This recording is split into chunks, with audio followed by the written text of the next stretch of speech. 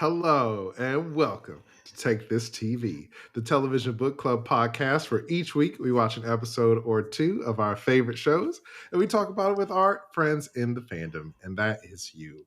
I'm Carmen Askernes and I'm joined as always by Kimberly Woods. Hello. Hey, hey, hot potatoes. This season we're talking about Shogun. What are we watching today? Today we're talking about episode 5, Broken to the Fist. Oof. Here is the official episode description from FX. Blackthorn and Mariko struggle to contain the secret that could get them both killed. Yabushige searches for the spy who has betrayed his intentions to Lord Toranaga. Dun, dun, dun. I love that Blackthorn and Mariko are, called out. I mean, it's definitely, underneath all that's happening here, but, I love that the description is about their struggle to contain their secret. Mari Thorne's secret. Ooh. Oh, gosh. Oh, man. So this episode was wild. We open on the consequence of the son's actions. Then we hear some hooves thundering in the distance, and bum, bum, bum, Lord Toranaga has returned. He's returned. Here I am, basking. And then my next reaction was, oh my gosh, Carmen was right. Buntaro is back. He did not die. I knew it. No body, no death. Apparently, after 22 days, he has returned. Supposedly, a contingent of Ronin helped him escape. By the time they reached Edo, only 2 men were left. So against all odds. I don't buy it. Supposedly. I don't buy it. He's a spy, man. He's a spy. Yeah, I don't think so either. Yeah, we'll see. We'll see. Back in Osaka, the council discusses Toranaga's replacement. And, Toranaga, seeing multiple steps ahead, he knew that this would happen. They're having a hard time. Everybody wants to put their person in for their own interests, and nobody can agree on who it should be. They've been sitting there for, ever. Okay, I was a little confused about, if they were skipping ahead in time and it's like they were having multiple meetings, or if it's like this meeting has been going on a long time and over time people are leaving. I thought it was, maybe it's been going on for a long time. They kept, cutting to the incense, and I was like, okay, so they're replacing the incense over and over again, and by the end of it, it's like, what is his name, Sugiyaka? The oldest member of the council is there, and he's, hacking. Yeah, he's coughing up a lung, yeah. I don't know if it's from inhaling all the incense, or now that everybody else has left, he doesn't, refrain from... I don't know. I just thought that moment was hilarious. I was like, okay. Yeah. Ishido looks kind of offended. Ishido is a Saturday morning cartoon villain, and I really love it because he, it also, something later in this episode, it makes it even better. But he wants so bad to be something that he's not, and he's not on Toranaga's level. No, but he hates it so much. Yeah.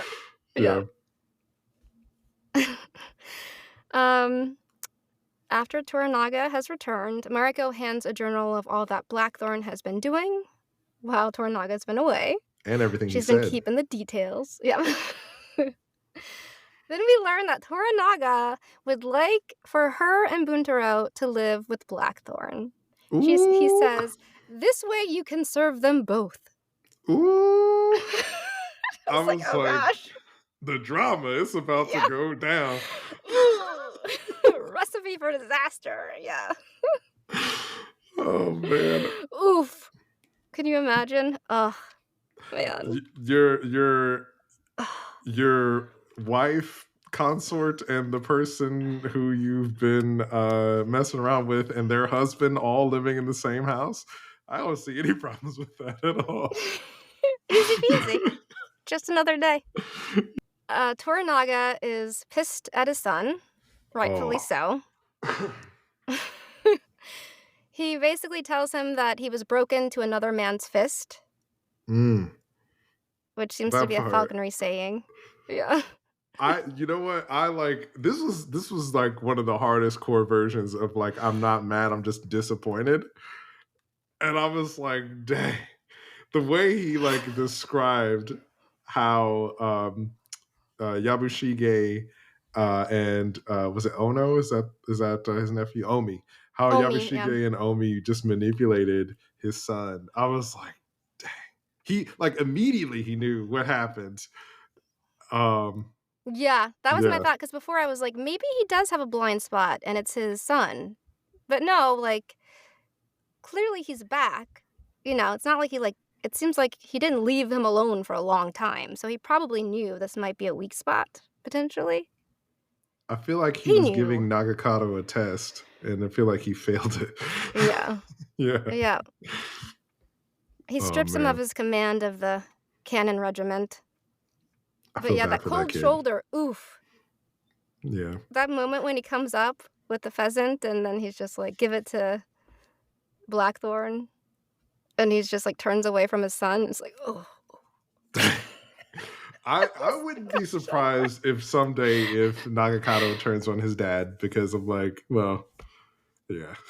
But, Yeah. It yeah. is an important lesson though, like, seriously, like Toranaga's like, no, you need to like people can actually do the hunting for you.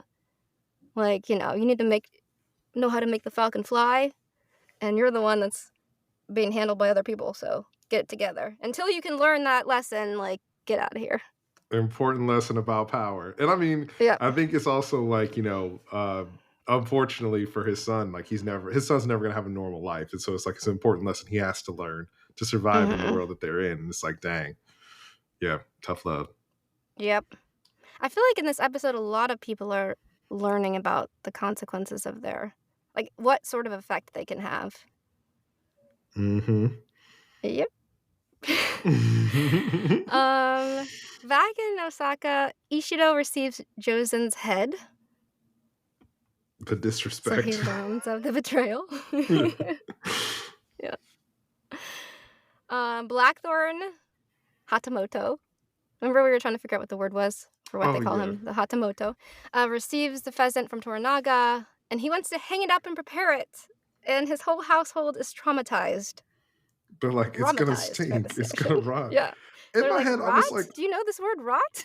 what dish is he trying to make? Like, why is he doing that?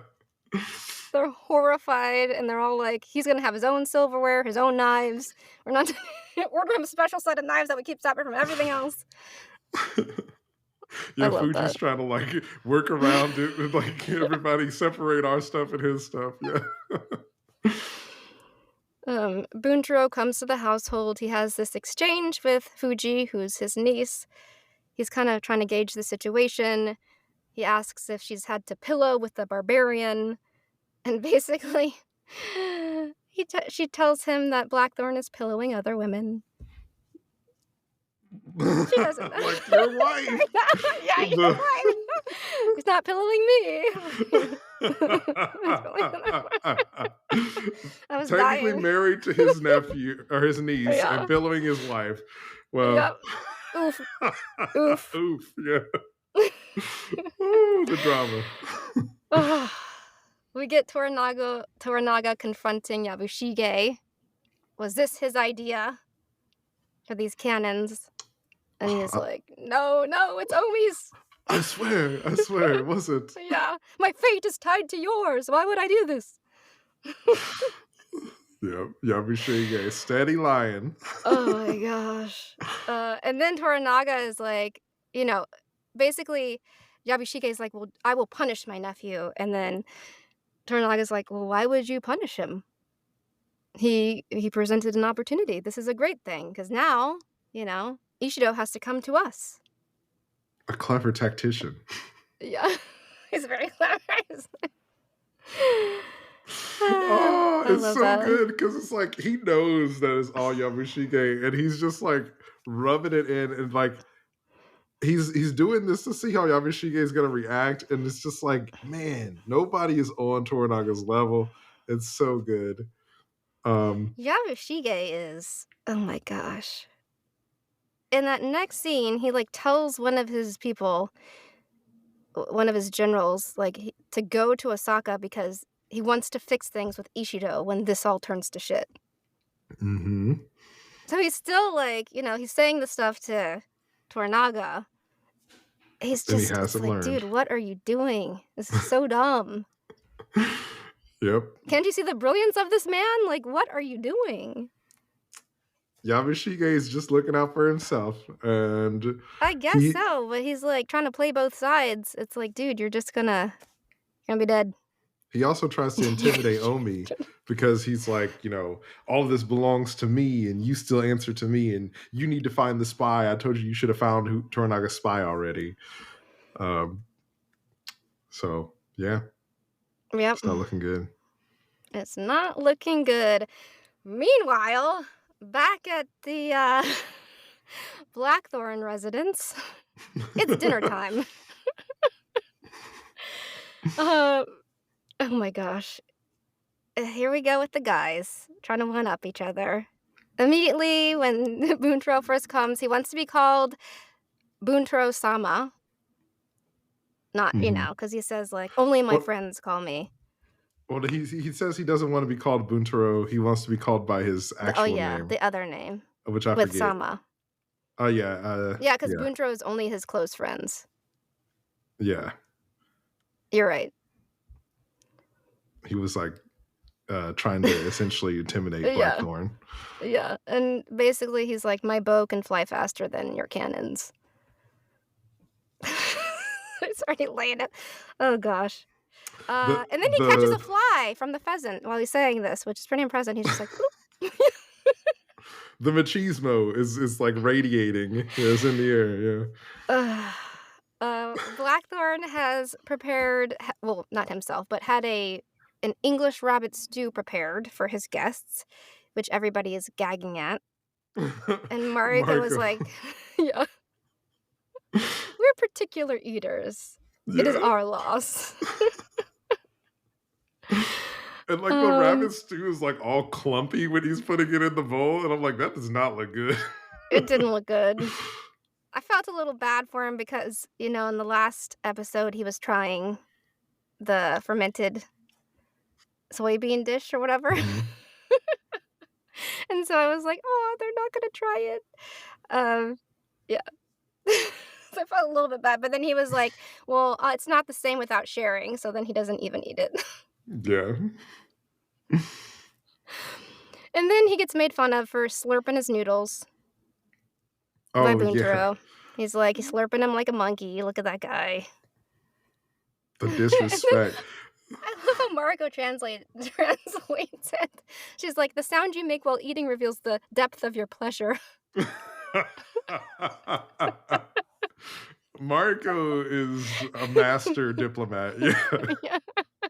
Oh my gosh. Which just makes him do it even more. And then Buntaro starts to do it. And then Blackthorn makes fun of the little cups that they drank sake out of. Yeah, he says like, real men drink out of big cups. Yeah, and so he like tosses his sake out, picks up his bowl from the noodles and pours the sake in it. And is like slurping it up. Yeah, this is after he interpreted that Buntaro was insulting him, and Mariko's trying to like keep the peace, and he's like, no. So Blackthorn instigates a little bit. Yeah. It's just like the perfect storm happening at these moments. Two prideful men, yeah. Buntaro like matches this, grabs his bowl, pours his sake in, and is like, I'm in. And it turns into this drinking contest. And poor Mariko's face, she's just like trying to be behind the eightfold fence, like. Yeah, the fence is crumbling. She's like, I need more fences. My lover and my husband are having a drinking contest. Yeah. And we already know that Fuji is concerned before Buntaro's here because she makes some sort of comment when she hears that he's coming to live with them, telling Mariko, like, you would tell me if Anjin was in danger, right? Mm-hmm. So we know that there's this, like, it's going to be this bubbling over that's happening here. Yeah. I think Fuji is getting really close to Blackthorn also. We were talking before we started recording, and I was like, I wasn't on this train before, but now I'm kind of shipping Fuji and Blackthorn. Um, Yep, what Carmen's was got a it? new ship. You Thornji either said Thornji or Fuji Thorn. or But yeah, Fuji Thorn? Thornji. Let us know. What should we go with? Yeah. Oh my gosh. Yeah. Blackthorn wants to hear all about Buntaro's story of escape. And as an audience member, so did I. Mm-hmm. I was Because like, I yeah, wanted to see, I Buntaro. wanted to like watch him while he told it so I could see like, is he lying? If I could see behind his lies. Yeah, But but we then don't get to hear it. he stares off into the middle distance and he's like, heroism is for the dead and stories are for children. And I was like, Yeah. oh, I like stories. And then he wants to hear one from Blackthorn. He's like, you tell a story, a war story. And poor Mariko at this point, she's like, please listen. My husband is tired. He's had a lot to drink. You must tell him a story. Yep. But he doesn't listen. No, and Mariko is kind of like, she's not really translating as much because they're both kind of insulting each other. But then Blackthorn says no to Buntaro. And then he's like, bring He's me like, my war bow. now. Yeah. He's like, war now. And does like a bow motion. Mm-hmm. Oh gosh. And then he's like, which post? Right or left? You must pick. Blackthorn picks the right one, which is right near Mariko's face. Blackthorn's not thinking, yeah. I'm like, oh, Blackthorn. She can't move. She has to sit still while her drunk husband shoots his bow right past her face into a bullseye of the right post. But it's pretty terrifying to watch. Yeah, while it was happening, I was like, is Mariko about to die? What's going to happen if Mariko dies? And poor Mariko, I get the sense it's like, this has happened before. Mm-hmm. Sadly. You know, she's like, oh, like she knew this was coming. This moment has arrived that she was dreading, and it's like all she can do is endure. Put up that 8-fold fence. Put up that 8-fold fence. Meanwhile, Blackthorn is becoming horrified and actually says after the scene, like, dude, treat your wife better, bro. Yeah. And she does translate that. Reluctantly, but she does. Yeah.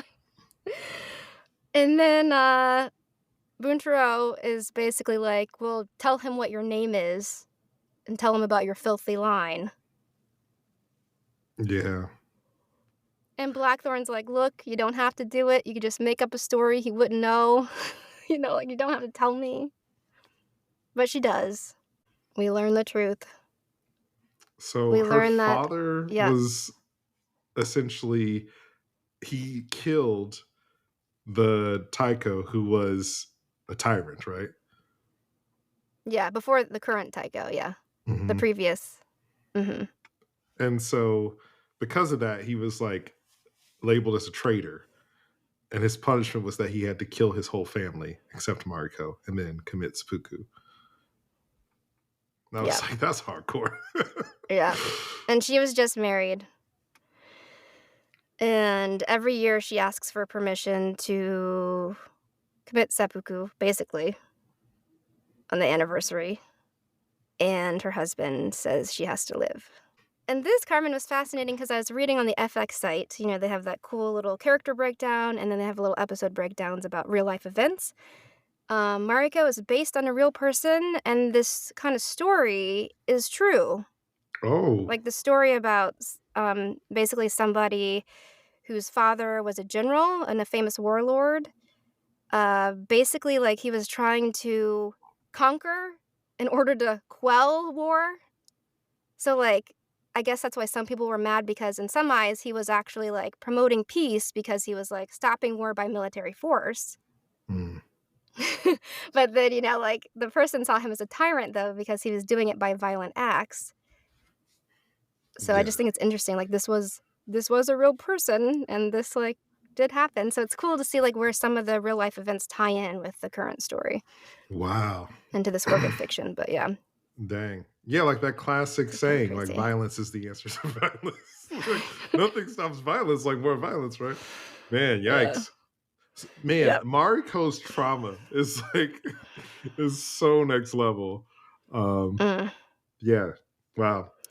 Yeah. And then Mariko basically tells him after her story, like, please remember the eightfold fence, and she excuses herself from dinner. Mm-hmm. Oof. Big time. Oof. Blackthorn wakes up in the middle of the night. He's like Here's asleep on his face. he's knocked out after that sake. So drunk. There's violence happening in his household. He hears, Buntaro hitting Mariko, so of course he runs in. By the time he gets there, Buntaro's outside. Mariko is there with the bruises on her face. Poor Fuji. She's Fuji's just caught in like, the as well. middle. Both of them are just like, both Mariko and Fuji. Fuji like tries to stop him from entering so he doesn't see Mariko in the first place and what has happened. She cannot stop him from entering, so he enters, he sees this horror. He's upset, and we see Mariko truly kind of lose it for the first time when she screams at them both to get out. Mm-hmm. The fence has fallen. Yeah. The fence has fallen here. So that was kind of a jarring, poignant moment. Yeah. And then that is like Blackthorn is set off by that. And he's looking for blood. And so he rushes out into the street to find Buntaro with his pistol. And he's gonna finish Buntaro off. But to Yep. his surprise, Buntaro bows before him and tries to say, like, oh, I'm sorry for disgracing your home. It was the sake. Yep. And He yeah. puts his swords down. I was like, okay. I thought that was it for a moment, Carmen. I thought Blackthorn was gonna blow him away. Me too. In front of everybody, because we see the people kind of start looking outside, like, oh, what's all that noise? What's going on? And but Blackthorn shows him mercy and doesn't Buntaro kill him. apologized, which I was surprised that he actually. You know what? I mean, it definitely seemed like this isn't the first time that he abused Mariko. No. But he was definitely trying to use that as an excuse. And I felt like he was probably afraid of what would happen if Toranaga found out. Yeah. In that moment. Yeah. Yeah. And when Blackthorn walks away, we do see the right post of the entrance. And we see that Buntaro did hit the right post, even though he was drunk out of his mind. But Bullseye. Twice. So even drunk out of his mind, he's very dangerous. So we've learned. Yeah. I did think his ego would be too big, but maybe not when it's saving his own hide. Mm-hmm. That was surprising. Then the next day, we get the scene where Blackthorn finds Mariko by herself. And these are some of the best lines of this episode, in my opinion. Like, all the writing in, like, the series has been amazing. But man, this writing is so good. Basically, Blackthorn tells Mariko, he's just like, hey, if you want to be free of the shitless coward, be free of him. And then they both have this like commentary on imprisonment and what it means for each of them. Blackthorn tells Mariko, you're shuffling with your manners and buried self for what? What becomes of you? And Mariko says to Blackthorn, if freedom is all you live for, you'll never be free of yourself. Mm. And I was like, ooh. Ooh. Bars. That was such a good exchange. It's like, oh my gosh, these lines. They truly see each other. Yeah. Yeah. So. And it was one of those things. It was like, star-crossed lovers and all that. And like they, you can tell that they both have feelings for each other, but it's just like they're so different. Their lives are so different. And they feel like they want to help each other, but they're both really misunderstood by the other. And it's heartbreaking. And then, Mariko tells Blackthorn that from now on, the only words that they're going to speak are going to be from somebody else's mouth. And I was like, dang. Shot through the soul. Oh my gosh. Blackthorn in this episode learns the effect of his stature, of his status as Hatamoto, is that what we called it? Something like that. Yeah, Hatamoto. Yeah. Basically that his words have weight. And he comes back to find, that the gardener is dead. This is somebody that he knew and talked to, was friendly with. And now he's dead. Yep. Now he's dead because the gardener, they were getting complaints about the rotting pheasant, and somebody came to inspect it, and they had to have somebody take it down, and basically the gardener volunteered because he's older and had been sick. So he was like, I'll take one for the team because he knew it would lead to his death. He took it down to save the house.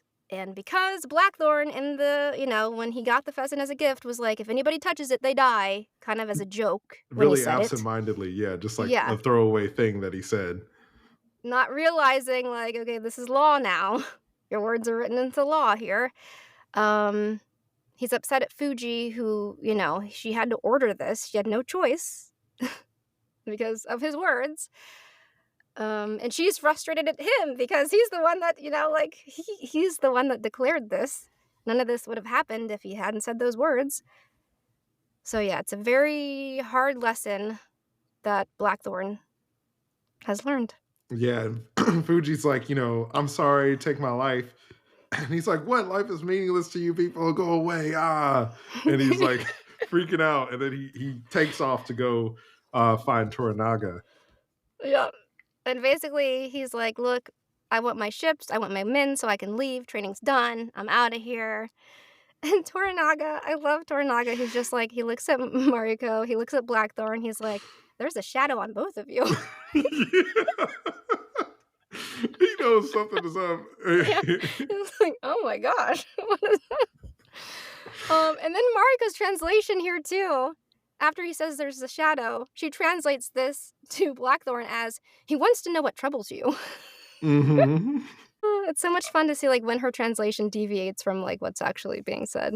Yeah. And I love that Toranaga just gets up and walk away, and he's like, I don't have time for this. Yeah, he's like, I can't deal with this nonsense. You handle it. Yeah, it's whatever drama y'all got going on, that's nothing to do with me. Oh my gosh. And he basically says to Carmen what you're saying about the last scene, that he's still in his feelings he's troubled about the country, life having no value, meaningless rituals, like the gardener who died for nothing. And then Mariko's painting a picture for him about how things work and why this happened, and tells him the story about how the gardener volunteered, he was sick, he was older. Anyway, yeah, she puts it out there for him. But the interesting thing too, it's I wonder now after this episode, because he's learned how much weight his words can have, if he'll learn from this, maybe he can use his status, what to do things, to play the game, because he's been doing these things his own way pretty much, and it's kind of worked out for him. But he's here. He should be learning the rules and learning how he can use them. Yeah, he's been being very flippant. Like Lord Torunaga. Yeah. Yeah. Well, I mean, it's similar to how Lord Toranaga scolded his son earlier. And it's Blackthorn is also sort of being absent-minded about the situation that he's in. And so he has to learn this lesson the hard way at the cost of the gardener's life. Toranaga, when he pieces out from this nonsense that's happening, goes to the edge of the cliff and is gazing out. He sees these birds flying up, and Mariko is explaining to Blackthorn, we live and we die, we control nothing beyond that, which is so poignant in this moment too, because earthquake happens right then. Mm-hmm. Proving her point. As soon as Lord Toranaga walked towards the edge of the cliff, I was like, something's about to go down. He's about to get sniped. Something's going to happen. Yep. There's this massive earthquake, landslides. Toranaga goes down We don't know where he is. Blackthorn leaps into action, He's a slides man down of the... action. Yeah. I love that everybody's like, what Charges. happened? He just jumps off the cliff.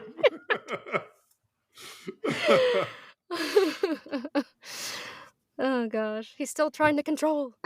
Mhm. They find like a piece of his outfit, and then ultimately they find him under all the dirt. They pull him out, a couple pats on the back, coughs up the dirt.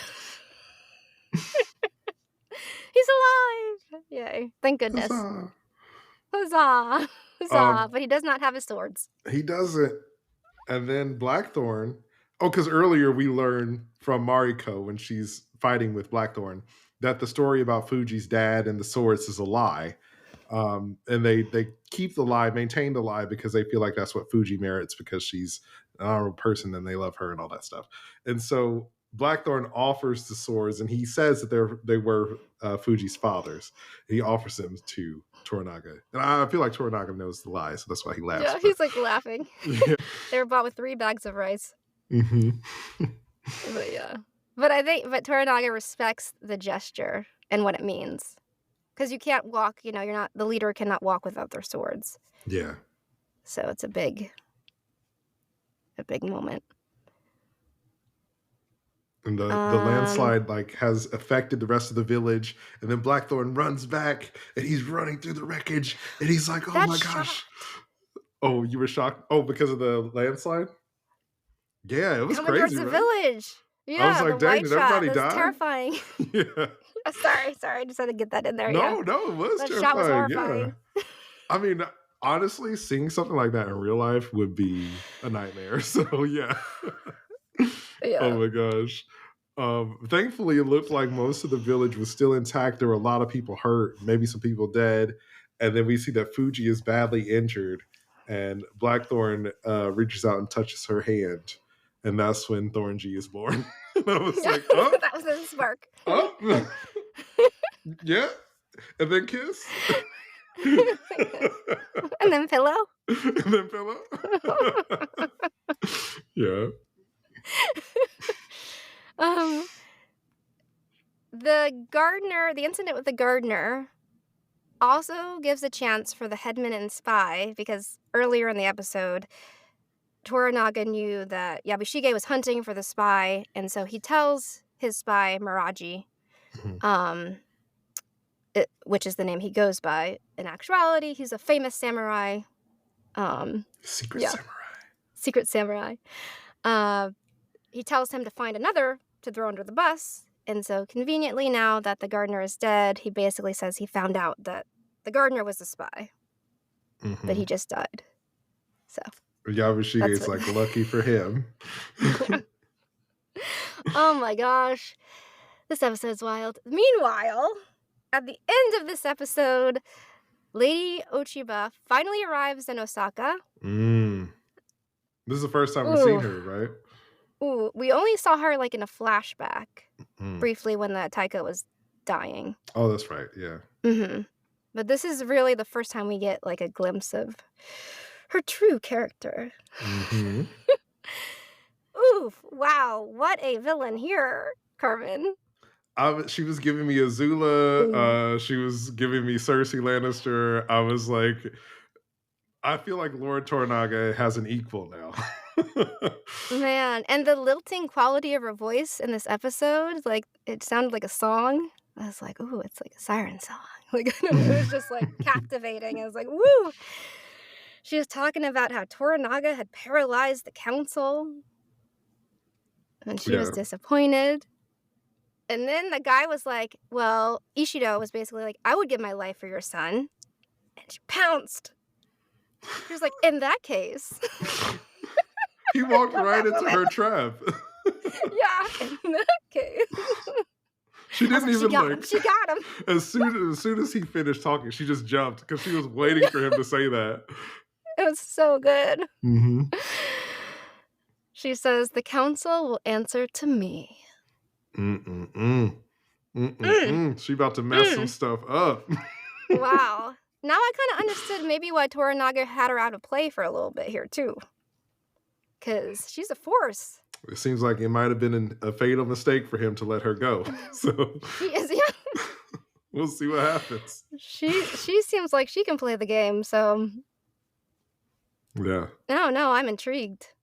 It was definitely like the moment where the big bad, who's kind of been like bumbling, you find out is answering to another big bad who's like the real deal, and so I'm excited to see what happens.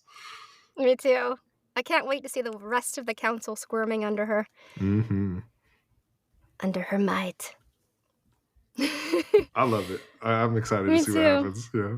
Me too. Well, thank you so much for watching along with us, and see you guys next time. We're at Take This TV on TikTok and Instagram. Leave us a comment. Tell us what you thought. And remember, it's dangerous to watch TV alone.